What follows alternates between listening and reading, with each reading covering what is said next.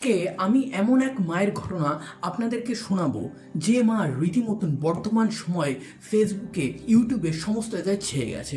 একটা ভিডিওতে আপনারা লাস্ট কয়েকদিন ধরে দেখেইছেন যে একজন মহিলা সে জাস্টিসের জন্য নিজের হাতে আইন তুলে নিচ্ছে এবং সে কোর্ট রুমের মাঝেই কাউকে পরপর বেশ কয়েকটা গুলি করছে।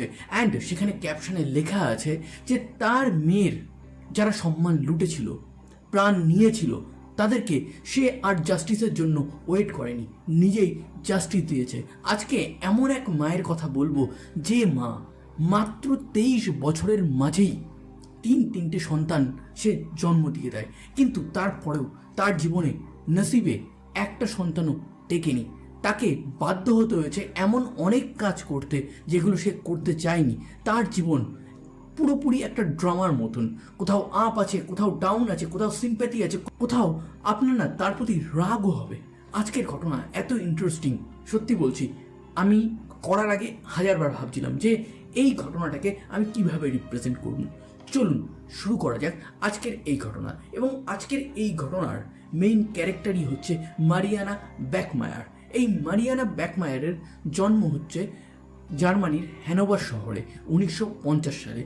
এই যে মারিয়ানা আছে, এই মারিয়ানার ফ্যামিলি অ্যাকচুয়ালি জার্মানি থেকে বিলং করতো না। তারা রাশিয়ার একটা রিজিয়ন আছে যার নাম হচ্ছে ইস্ট প্রাশিয়া, সেইখান থেকে বিলং করতো। তো তার যে দাদু দিদা আছে তারা সবাই এখানে চলে আসে এবং এই মারিয়ানার পুরো আপব্রিঙ্গিংটাই হয়েছে রিফিউজি ক্যাম্পে। এবং রিফিউজি ক্যাম্পে বড় হওয়া এই জিনিসটা যারা জানেন যে কতটা কষ্টকর তারা নিশ্চয়ই বুঝতে, কিন্তু বাদবাকিদের বলে দিই এই রিফিউজি ক্যাম্প যে কোনো মেয়ের জন্য একটা মারাত্মক জায়গা, যেখানে তার সাথে যে কোনো মুহূর্তে বিপদ হতে পারে। যাই হোক, এইখানে সে আস্তে আস্তে বড় হতে থাকে, কিন্তু এর মধ্যেই তার মায়ের বিয়ে হয়ে যায় একজনের সাথে।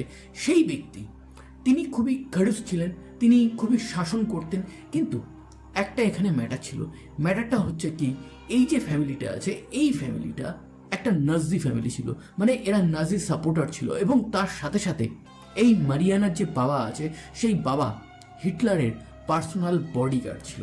তো সেই ক্ষেত্রে এদের একটা প্রভাব প্রতিপত্তি ছিল, কিন্তু প্রভাব প্রতিপত্তি থাকলেও মারিয়ানার মায়ের সাথে মারিয়ানার যে বাবা আছে তাদের কখনোই মিল হতো না। তারা সবসময় ঝগড়া করতো, অশান্তি করতো, এবং মারিয়ানার বাবা কখনো মারিয়ানাকে ভালোই বাসেনি সেইভাবে, মানে সবসময় একটা শাসন করতো। তো সেই ক্ষেত্রে মারিয়ানার যে চাইল্ডহুডটা ছিল না সেটা খুব একটা ভালো ছিল না। কিন্তু এরপরে যা হওয়ার সেটাই হয়ে যায়। সেটা কি, মারিয়ানার মা এবং মারিয়ানার বাবার ডিভোর্স হয়ে যায় এবং ডিভোর্সের কয়েক দিনের মধ্যেই এই মারিয়ানার মা অন্য একজনকে বিয়ে করে। কিন্তু এইখানে এসেও মারিয়ানা কোনোভাবে মুক্তি পায়নি। তার কারণ মারিয়ানার নিজের বাবা যেরকম শক্ত ছিল, যেরকম তার উপর অত্যাচার করতো, ঠিক এখানেও তার সৎ বাবা তার উপর অত্যাচার করতো। ইভেন এই অত্যাচারটা এমন একটা লেভেলে ছিল যে তাদের বাড়িতে যে গার্ডেন ছিল না, সেই গার্ডেনে মারিয়ানাকে খেলতে দিত না। তার কারণ কি, মারিয়ানা ওখানে গেলে সেই যে নতুন কাটিং ঘাস আছে সেই ঘাসগুলো নষ্ট হয়ে যাবে, ফুল গাছগুলো নষ্ট হয়ে যাবে, এবং মানে অনেক রকমের রাগ ঢাক রাখতো। এবং প্রত্যেকটা ক্ষেত্রেই কিন্তু মারিয়ানার মা তার সৎ বাবাকে সাপোর্ট করতো। তো এই কারণে মারিয়ানার সৎ বাবাকে মারিয়ানা কখনো বাবা বলে ডাকেইনি, বলেছে আঙ্কেল পল, এবং এই হিসেবেই তাকে ট্রিট করতো। তো যাই হোক, এইভাবে আস্তে আস্তে মারিয়ানা বড় হতে থাকে নানান ঘাত প্রতিঘাতের মধ্যে। এর মাঝেই তার বয়স প্রায় 14+ হয়ে যায়। সে স্কুল যায়, স্কুলে তার এক সুইটার ছিল এবং সেই সুইটারের নাম হচ্ছে হারমান। এই হারমানের সাথে তার একটা প্রেমের সম্পর্ক গড়ে ওঠে। এবং সেই ক্ষেত্রে এই মারিয়ানার সব থেকে বড় একটা স্কেপ পয়েন্ট ছিল কি জানেন, এই হারমানের কাছে একটা সেই সময়কার বাইক ছিল।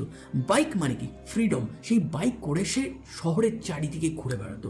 এবং এর মাঝে আরও অনেক ঘটনা ঘটার মাঝেও একটা জিনিস ঘটতে থাকে। সেটা কি, এই মারিয়ানা রাত্রেবেলা যখন সবাই চুপচাপ ঘুমাচ্ছে তখন এই হারমান তাদের বাড়ির সামনে আসতো এবং এই মারিয়ানা জানলা থেকে পালিয়ে তার সাথে বাইক করে পুরো শহরটা দাপিয়ে বেড়াতো। সে একটা খোলা আকাশের পাখির মতো ছিল, যাকে আটকে রাখার কারোর ক্ষমতা ছিল না। এবং এত মেশামেশির ফলে, এত প্রেমের ফলে যেটা হওয়ার সেটা হলো, যেটা মারিয়ানার ফ্যামিলি কোনোদিন অ্যাকসেপ্ট করেনি, কোনোদিন আশাও করেনি। সেটা কি, মারিয়ানা মাত্র 15 বছর বয়সে প্রেগনেন্ট হয়ে যায়। এবং এই মুহূর্তে যখন এই খবরটা মারিয়ানার স্টেপ ড্যাড অ্যান্ড তার নিজের মা জানতে পারে, সেই মুহূর্ত থেকেই মারিয়ানার জীবনে আর একটা অশান্তি চলে আসে।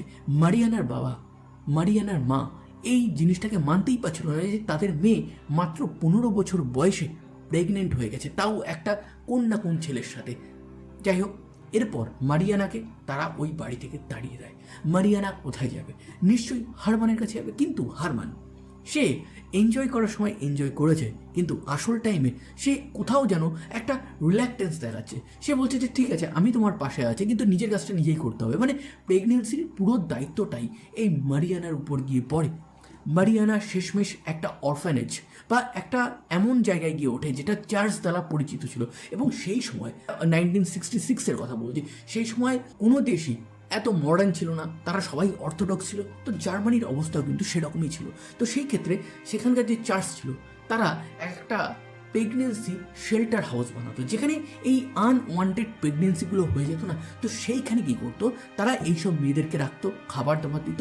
মেনলি এখানে তাদের হেল্প করতো না, জাস্ট সমাজের থেকে লুকিয়ে রাখতো যে কেউ বিয়ে না করে প্রেগনেন্ট হয়ে গেছে। তো এই ক্ষেত্রে মারিয়ানা ওরকম একটা জায়গায় যায় এবং যাওয়ার পর 1967 সালে সে প্রথম তার একটা বাচ্চা জন্মাতে, তার একটা ছেলে সন্তান হয়। কিন্তু তার কাছে না আছে চাকরি, না আছে কোনো ডিগ্রি, না আছে কোনো হাজবেন্ড। তো সেই ক্ষেত্রে সে একা তার সন্তানকে কি করে মানুষ করবে? এইদিকে যে হারমান ছিল, সেই হারমান বেটা অলরেডি পালিয়েছে, তার আর কোনো খোঁজ খবর নেই। তো মন না চাইতেও এই মারিয়ানা তার প্রথম বাচ্চাকে অ্যাডপশনের জন্য দিয়ে দেয় এবং তারপর সে সেখান থেকে বেরিয়ে সোজা আবার স্কুল জয়েন করে। স্কুল জয়েন করার পরেও তার জীবনে ঠিকঠাকভাবে শান্তি আসেনি, তার কারণ কন্টিনিউয়াস বাড়িতে অত্যাচার। সে বাড়িতে কখনো থাকছে, কখনো রাস্তায় থাকছে, তার মানে সে রীতিমতন ঘর ছাড়া একটা পাখি হয়ে গেছে। তো এই ক্ষেত্রে মানুষের জীবনে তো আরও বিপদ আসা সম্ভবই হয়, কিন্তু সেই বিপদ থেকে কাটাতে সে আর একটা ভালোবাসা তার স্কুলেই খুঁজে পায় এবং এই ভালোবাসার সাথে সে একটা সুন্দর লাইফ করবে বলে প্ল্যান করছে। কিন্তু এই করতে না করতেই 1967 থেকে 1969 চলে আসে। সেই মুহূর্তে এই মারিয়ানা আবার প্রেগনেন্ট হয়ে যায়। কিন্তু এই মুহূর্তে তার বয়ফ্রেন্ড সে নিজেও রাস্তাঘাটে থাকে, তার কোনো নিজের স্টেবল জায়গা থাকার নেই। তো সেই ক্ষেত্রে তারা দুজনে একে অপরের পাশে থাকতে চাইলেও তাদের কোনো উপায় নেই, তারা পাশে থাকতে পারছে না। তো মারিয়ানার আবার কোথায় জায়গা হলো? মারিয়ানার সেই চার্চ অধিকৃত যেখানে প্রেগনেন্ট ওমেনদের মানে রাখা হয়, প্রেগনেন্সি থেকে লোকানো হয় আনওয়ান্টেড, সেখানে সে চলে যায়। সেখানে থাকতে থাকতেই সে একটা খবর পায় যে তার স্টেপ ড্যাড অ্যান্ড তার নিজের মা তারা ভ্যাকেশনে গেছে। তো সে ডিসাইড করে যে আমার যে পুরনো বাড়ি আছে সেইখানে গিয়ে আমি একটু রেস্ট করবো। তো সেখানে তার সে বয়ফ্রেন্ডকে নিয়ে যায়। কিন্তু তারা যখন ওই দিনগুলো স্পেন্ড করছিল, তাদের উপর একজন নজর রাখছিল এবং সেই নজরটা তাদেরই এক প্রতিবেশী রাখছিল। তো একদিন তার বয়ফ্রেন্ড সে বাইরে কোথাও একটা কেনাকাটা বা কিছু কাজে গেছে, হঠাৎই সেই প্রতিবেশী সেই রুমে আসে। সেই সময় এই মারিয়ানা রীতিমতন প্রেগনেন্ট 8 মাসের। সেই মুহূর্তে সেই প্রতিবেশী এই মারিয়ানার সম্মান লোটার পর বলে যে তুমি যদি কাউকে এই জিনিসটা বলো তাহলে আমি তোমাকে মেরে ফেলবো। কিন্তু মারিয়ানা এতে ভয় পায়নি। মারিয়ানা সোজা পুলিশের কাছে যায় এবং পুলিশ এসে এই ক্রিমিনালটাকে অ্যারেস্ট করে নিয়ে যায়। তো এই ক্রিমিনালটা সেখানে কি বলে জানেন? যে এই মারিয়ানা ধান্দা করে এবং সে আমার কাছ থেকে টাকা নিয়েছে, তো আমাদের মধ্যে ওই রকম কোনো সম্পর্ক নেই। কিন্তু পুলিশ এই জিনিসগুলো বিশ্বাস করেনি, তাকে প্রসিকিউট করা হয় এবং তাকে জেল টার্মস দেওয়া হয়। এরপর সে আবার সেই চার্চের অধীনস্থ যেখানে আনওয়ান্টেড প্রেগনেন্সি লোকানো হয় সেই সব জায়গায় চলে যায়। সেখানে গিয়ে থাকতে থাকতে কয়েকদিন পর সে তার সেকেন্ড বেবি ডেলিভার করে। এইবারও তার একটা ছেলে সন্তান হয়। কিন্তু অ্যালাস, তার কাছে এইবারও কোনো চাকরি নেই, তার কাছে এবারও কোনো হাজব্যান্ড নেই, তার কোনো সাপোর্ট সিস্টেমই নেই। তো সে কী করবে? সে বাধ্য হয় তার এই সন্তানকেও অ্যাডপশনের জন্য দিয়ে দিতে। এটা তাদেরই হয়তো ভালো হচ্ছিল। যাই হোক, এই পর্যন্ত ঘটনা শুনে আপনি বুঝতেই পারছেন যে এই মারিয়ানার জীবনটা কিরকম একটা নাটকীয় মোড় বারবার নিচ্ছে। এই মনে হচ্ছে তার জীবনটা ভালো হচ্ছে, আবার সেটা খারাপ হয়ে যাচ্ছে, খারাপ থেকে আবার ভালোতে। তো এই মারিয়ানা কিন্তু হার মানার পাত্র না, এটা আপনি এতক্ষণে বুঝতে পেরেই গেছেন। এতদিনে মারিয়ানা স্কুল পাস আউট হয়ে গেছে এবং সে আস্তে আস্তে কাজ খুঁজতে খুঁজতে সে একটা বারে কাজ পায়। এই বারটার নাম হচ্ছে টিপাসা। এবং এই যে টিপাসা বারটা আছে না, এই বারে মেনলি কারা আসে? যারা হোমলেস আছে, যারা গরিব আছে, মানে গরিবদের একটা বার। এবং সেই বারে সে বার টেন্ডার হিসেবে কাজ করতে শুরু করে। তো এই মুহূর্তে তার লাইফ মোটামুটি আপনি ভাবছেন ভালো, কিন্তু এই বারে তার যে বার ম্যানেজার আছে তার সাথে দেখা হয় এবং আস্তে আস্তেই এই ওয়ার্ক প্লেসেই তাদের মধ্যে একটা ভালোবাসা হয়ে যায়। তো সেই ক্ষেত্রে এই বার ম্যানেজার, যার নাম হচ্ছে ক্রিস্টিয়ান, এই ক্রিস্টিয়ানের রীতিমতন প্রেমে পড়ে দীর্ঘ 2 বছর মারিয়ানা প্রেম করে। অ্যান্ড প্রেমের পর সে আবার তৃতীয়বারের জন্য মাত্র 23 বছর বয়সেই তৃতীয়বার প্রেগনেন্ট হয়ে যায়। তো সেই ক্ষেত্রে সে সেই প্রেগনেন্সিকে কন্টিনিউ করে এবং সে যখন ক্রিস্টিয়ানকে বলে যে তুমি আমার সাপোর্টে থাকবে, তো আমার লাইফে অনেক অকারেন্স ঘটে গেছে যেগুলো আমি কী করবো সামলাতে পারিনি, কিন্তু তুমি এইবার থাকবে। তো প্রথমে ক্রিস্টিয়ান তো বলে যে হ্যাঁ আমি তোমার জীবনে থাকবো, কিন্তু যত দিন যেতে থাকে আস্তে আস্তে ক্রিস্টিয়ান যেন একটু একটু হলেও দূরে যেতে থাকে। একদিন সে হঠাৎ করেই বলে দেয় যে মারিয়ানা, আমি সাপোর্টে আছি, কিন্তু পিতা হওয়ার যে দায়িত্ব, সেই দায়িত্ববোধ আমার মধ্যে এখনো জন্মায়নি। না এবার বুঝতে পারে যে তার নিজের সন্তানকে সে নিজেই জন্ম দেবে এবং তাকে ভালো করে সে মানুষ করবে, কিন্তু এইবার সে আগের বারের থেকে অনেক বেশি কনফিডেন্ট। তার কারণ কি, সে একটা বারে চাকরি করছে। ৭৭ সালের নভেম্বর মাসে তার তৃতীয় সন্তান অ্যানা, একটা ফুটফুটে কন্যা সন্তান, তার জন্ম নেয় এবং এরপর সে কিন্তু প্রচণ্ডই খুশি। সে পুরো সিদ্ধার্থে তার বাচ্চাকে মানুষ করছে, কিন্তু এইখানেও তার লাইফে আপস অ্যান্ড ডাউন আছে। সেটা কি, যে এই যে অ্যানা আছে তাকে তো সে মানুষ করছে, কিন্তু কীভাবে সে মানুষ করছে, এই জায়গাটা একটা অদ্ভুত ব্যাপার, একটা অদ্ভুত ডাইলেমা তৈরি করতে পারে। সেটা কি, এই মারিয়ানা তো একটা বারে কাজ করে, তো সেই ক্ষেত্রে বারে সে নাইট ডিউটি করছে। এবার নাইট ডিউটি করার পর সে তার ফ্যামিলিতে যাচ্ছে। এবার সেখানে বাড়িতে হ্যানা একা পড়ে আছে, ছোট্ট একটা বাচ্চা। সে যখন একটু বড় হয় তারপর থেকেই এই মারিয়ানা কিন্তু অ্যানাকে এই বারে নিয়ে আসতে থাকে। এবং ভাবুন, একটা বারের যে এনভায়রনমেন্ট থাকে, সেই এনভায়রনমেন্টে কি কোনো একটা বাচ্চা মানুষ হতে পারে? তো এই কারণে অ্যানা কিন্তু তার বয়সের থেকে অনেক বড় ছিল। সে রীতিমতন তার মাকে হেল্প করতো, ইভেন সামটাইমস থেকে সে কুকিংও করতো। তো এই সমস্ত কিছুতেই অ্যানা কিন্তু তার মায়ের পাশে দাঁড়িয়েছিল। কিন্তু এই অ্যানাকে 7-8 বছর বয়স থাকাকালীনই তার ভাবসাব হয়ে গেছিলো অ্যাজ এ টিনেজ গার্লের মতন। তো সেই ক্ষেত্রে মারিয়ানাও কিন্তু তার সন্তানকে অ্যাজ এ টিনেজ গার্ল হিসাবে সবসময় মানত। তো একদিন মারিয়ানা কাজ থেকে ফেরত আসে এবং ফেরত আসার পর তার অ্যানার সাথে প্রচণ্ড ঝগড়া হয়ে যায়। তো অ্যানা তার সাথে রেগে বলে, ঠিক আছে আমি বাড়ি থেকে চলে যাচ্ছি। তো ছোট্ট বাচ্চা, কিন্তু তার বয়স কিন্তু বেশি না, এটা হচ্ছে 1980 সালের ঘটনা বলছি। তার বয়স সেই সময় মাত্র 7 বছর। তো সেই হিসাবে সে বাড়ি থেকে বেরিয়ে যাচ্ছে, কিন্তু মারিয়ানার খুব একটা হেলদোল নেই। সে ঘুমাচ্ছে, বিকজ সে নাইট ডিউটি করে এসছে। সে ভাবছে যে অ্যানার সাথে তো আমার এরকম ঝগড়া মাঝে মাঝেই হয়, অ্যানা আমার উপর রাগ দেখিয়ে নিশ্চয়ই স্কুলে চলে যাবে। সে সারা দিন ঘুমায়। তার দরজায় কেউ একটা নক করে। মারিয়ানা ঘুম থেকে ওঠার পর দরজা যেই খোলে, দেখে যে তার সামনে পুলিশ দাঁড়িয়ে আছে। অ্যান্ড সে বলে যে আপনার মেয়ে কোথায়? তখন মারিয়ানা একটু অবাক হয়ে যায়, বলে যে অ্যানা তো স্কুলে গেছে। তখন পুলিশ বলে যে না, আপনার মেয়ে স্কুলে যায়নি, আপনার মেয়ের মৃতদেহটা পাওয়া গেছে এইখানে যে পাশে খাল আছে, সেই খালের পাশে। তো আপনি চলুন, একটু বডিটা আইডেন্টিফাই করবেন। তো তখন মারিয়ানা দৌড়াতে দৌড়াতে যায় অ্যান্ড গিয়ে সে যেটা কল্পনা করেনি সেটাই সে দেখে ওখানে, যে তার মেয়ের, মাত্র 7 বছরের একটা মেয়ে যাকে সে খুব ভালোবাসতো, তার মৃতদেহটা ওখানে পড়ে আছে।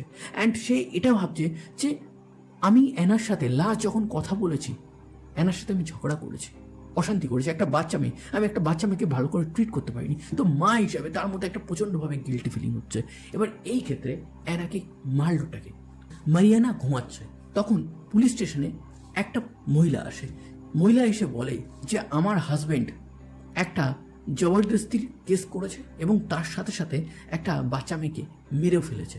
তো সেই ক্ষেত্রে পুলিশ যায়, পুলিশ গিয়ে একজনকে অ্যারেস্ট করে এবং তার কাছ থেকে সমস্ত কথা বার করে। এবার কার কাছ থেকে কথা বার করেছে এবং কি কি ঘটনা ঘটেছে, এই সমস্ত কিছু জানতে গেলে আপনাকে এই পুরো ঘটনাটা সেই দিন যখন মারিয়ানা এবং অ্যানার ঝগড়া হয়েছিল সেই সময় থেকে জানতে হবে। তো মারিয়ানা আর অ্যানার ঝগড়া হয়েছে। অ্যানা স্কুল যাওয়ার নাম করে সে বাড়ি থেকে বেরিয়ে গেছে, কিন্তু সে স্কুলে যায়নি। সে সোজা এক ব্যক্তির কাছে যায়। সেই ব্যক্তির খামারে অনেক গরু ছিল, কুকুর ছিল, ছাগল ছিল, মুরগি ছিল, এইসব ছিল। তো সেই ক্ষেত্রে এই অ্যানা কিন্তু পশু প্রাণীদের প্রচণ্ড ভালোবাসতো। তো তাদের সাথে সে একটু টাইম স্পেন্ড করতে থাকে। সেই সময় ওইখানে সেই যে প্রতিবেশী, সেই প্রতিবেশী চলে আসে, যার নাম হচ্ছে কালাউস। এবং এই কালাউস, তার ক্যারেক্টার খুব একটা ভালো না। এই কালাউস যেন তেন ব্যক্তি না।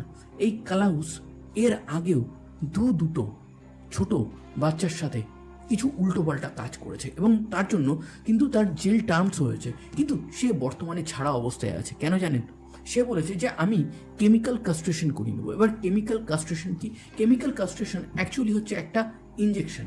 সেই ইঞ্জেকশনটা দিলে কোনো পুরুষ মানুষের যে লিবিডো হয়, সেই লিবিডোর যে চাহিদা, যে যৌন চাহিদা হয়, সেই চাহিদাটা কমে যায়। তো সেই কারণে সে অ্যাকচুয়ালি নপুংসক টাইপের হয়ে যায়। কিন্তু এই ক্ষেত্রে এই যে কালাউস আছে, সেই কালাউসেরও কিন্তু কেমিক্যাল কাস্ট্রেশন চলেছিল, কিন্তু রিসেন্টলি সে আবার অন্য একটা মুডে চলে এসেছে। সে যখন অ্যানাকে দেখার পর সে নিজেকে আর কন্ট্রোল করতে পারেনি। সে তাকে জবরদস্তি করে, তার সম্মান লোটে, অ্যান্ড তারপর তাকে ওখানেই মেরে তার গাড়িতে করে বিন্দাস নিয়ে গিয়ে তাদের ওই শহরেই একটা খাল আছে, সেই খালের পাশে বিন্দাস ফেলে রাখে। এরপর সে বাড়িতে এসে সে ড্রিঙ্ক করতে থাকে এবং সন্ধ্যেবেলা নাগাদ তার ওয়াইফ আসে। তার ওয়াইফ তাকে সবসময় নপুংসক বলতো, তার কারণ তার তো কেমিক্যাল কাস্ট্রেশন করা হয়েছিল।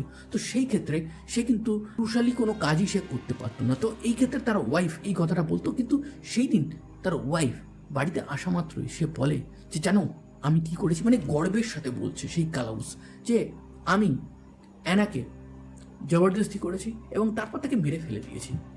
এই কথাটা শোনা মাত্রই তার ওয়াইফ রীতিমতন ভয় পেয়ে যায়।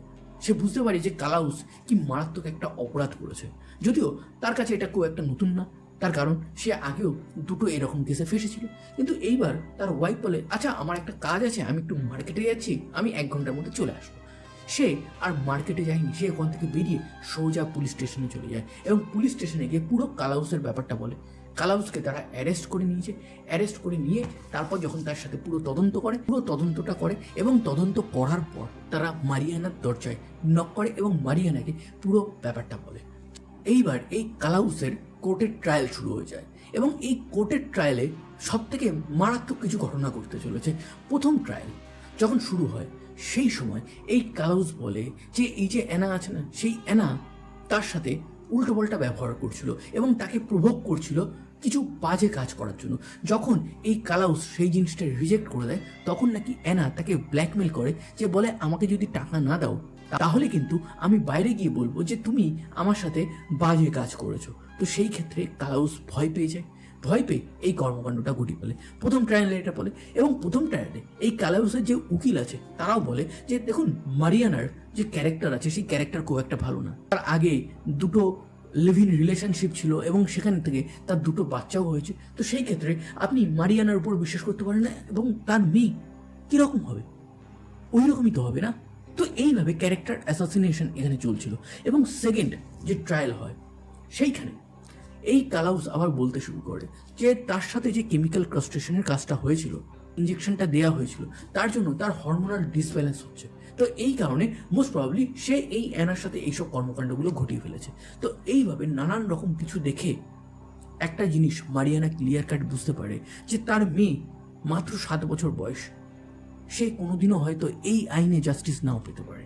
তো এবার সে আইনটা হাতে তুলে নেবে। তো এই ভাবতে সে একটা ফিল করে যে আমারও তো এই শহরে তেমন কোনো সিকিউরিটি নেই, আমার উপরে তো কেউ অ্যাটাক করতে পারে। তার সাথে অলরেডি কিন্তু একটা জবরদস্তির ঘটনা ঘটে গেছিল সে যখন সেকেন্ড টাইম প্রেগনেন্ট ছিল। তো সেই ক্ষেত্রে তার মনে ফিয়ারটা আরও বাড়তে থাকে। তো সে একটা বন্দুক কেনে লুকিয়ে চুরিয়ে, বন্দুকটা সে নিজের কাছে রাখে। বর্তমানে সে একদম নিজের সেফটির জন্য বন্দুকটা কিনে ঘরে রেখেছিল, কিন্তু থার্ড ডে যখন ট্রায়াল হবে তখন সে ভাবে যে না, এনাফ ইজ এনাফ। সে বন্দুকটা নিজের একটা লম্বা ওভারকোটের পকেটে রেখে দেয়। আমি জানি না কীভাবে জার্মান কোর্টে সেই সময় সে বন্দুক নিয়ে ঢুকেছিল, তার কারণ এখন তো কোর্টে ঢুকতে গেলে রীতিমতন চেকিং চলে, কিন্তু সেই সময় হয়তো এত চেকিংয়ের ব্যবস্থা ছিল না। যাই হোক, সে ঢুকে যায়।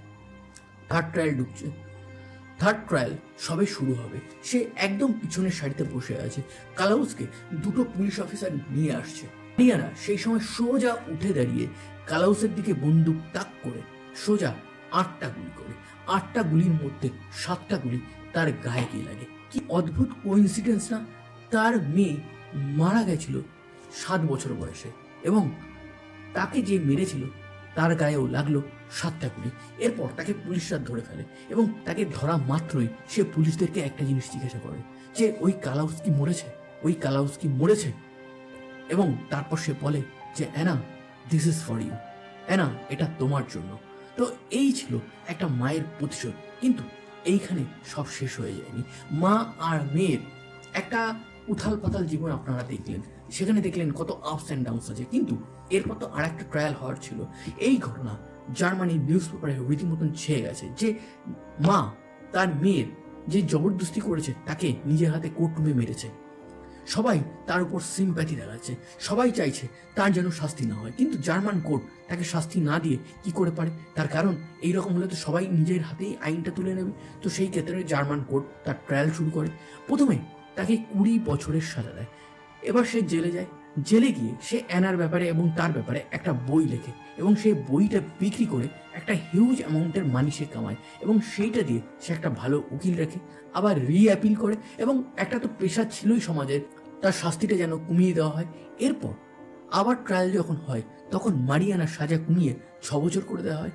3 বছর সে জেলে থাকে এবং এখান থেকে মুক্তি পেয়ে যায় এবং এরপর সে ডিসাইড করে যে সে এই দেশে আর থাকবে না। কিছুর পিছনে তার বর্তমান কারণ এটাই, সে যখন জেল থেকে বেরিয়ে আসে তখন কিন্তু মানুষ জেনে গেছে তার অতীত লাইফের ব্যাপারে। তার অতীত লাইফ দুটো ছিল, একটা পার্সোনাল লাইফ, সেখানে সে 2টো বিয়ে করেছে, 2টো বাচ্চা নিয়েছে। তো সেই হিসাবে তার তো ক্যারেক্টার অ্যাসাসিনেশন হয়েছে। আর সেই সময় জার্মানি কিন্তু তার যে পাস্ট আছে, মানে first world war, second world war, হিটলারের যে হিস্ট্রি আছে সেইটা থেকে মুক্তি পাওয়ার জন্য সমস্ত কিছু করছে। তারা সেই সমস্ত হিস্ট্রি মুছে ফেলতে চাইছে, ভুলে যেতে চাইছে। তো এই কারণে যখন তারা জানতে পারে যে মারিয়ানার বাবা হিটলারের গার্ড ছিল, তো সেই কারণবশতই তারা কিন্তু আস্তে আস্তে মারিয়ানাকে হিরো থেকে এক প্রকার জিরোতে নামিয়ে আসে। এর মধ্যে তার জেল থেকে বেরিয়ে কয়েক মাসের মধ্যেই আরেকটা জার্মানের সাথে তার প্রেম হয়ে যায় এবং সেই জার্মান আফ্রিকার ঘানাতে একটা টিচারের চাকরি করত। সেহেতু এই মারিয়ানা এবং তার যে নতুন প্রেমিক তারা ঘানাতে চলে যায়। ঘানাতে গিয়ে তারা একটা ভালো লাইফ কাটাচ্ছিল, কিন্তু সেখানে 2 বছর পর তাদের মধ্যে ব্রেকআপ হয়ে যায়। এরপর মারিয়ানা সোজা চলে যায় ইটালি, সেখানে সে লাইফ স্পেন্ড করতে থাকে। কিন্তু আমি বলেছি না, নাটকের পর নাটক, তার জীবনে একটা অদ্ভুত জিনিস ঘটে। তার ক্যান্সার ধরা পড়ে। সে ক্যান্সার নিয়ে সার্ভাইভ করছিল, কিন্তু যখন সে বুঝতে পারে যে আমি আর বাঁচব না, তখন সে ডিসাইড করে যে হ্যাঁ, আমি অ্যানা শহরে, মানে আমি আবার জার্মানিতে ফেরত যাব। সে আবার জার্মানিতে ফেরত আসে। 96 সালে মাত্র 46 বছর বয়সে এই মারিয়ানা ব্যাকমায়ার মারা যায়।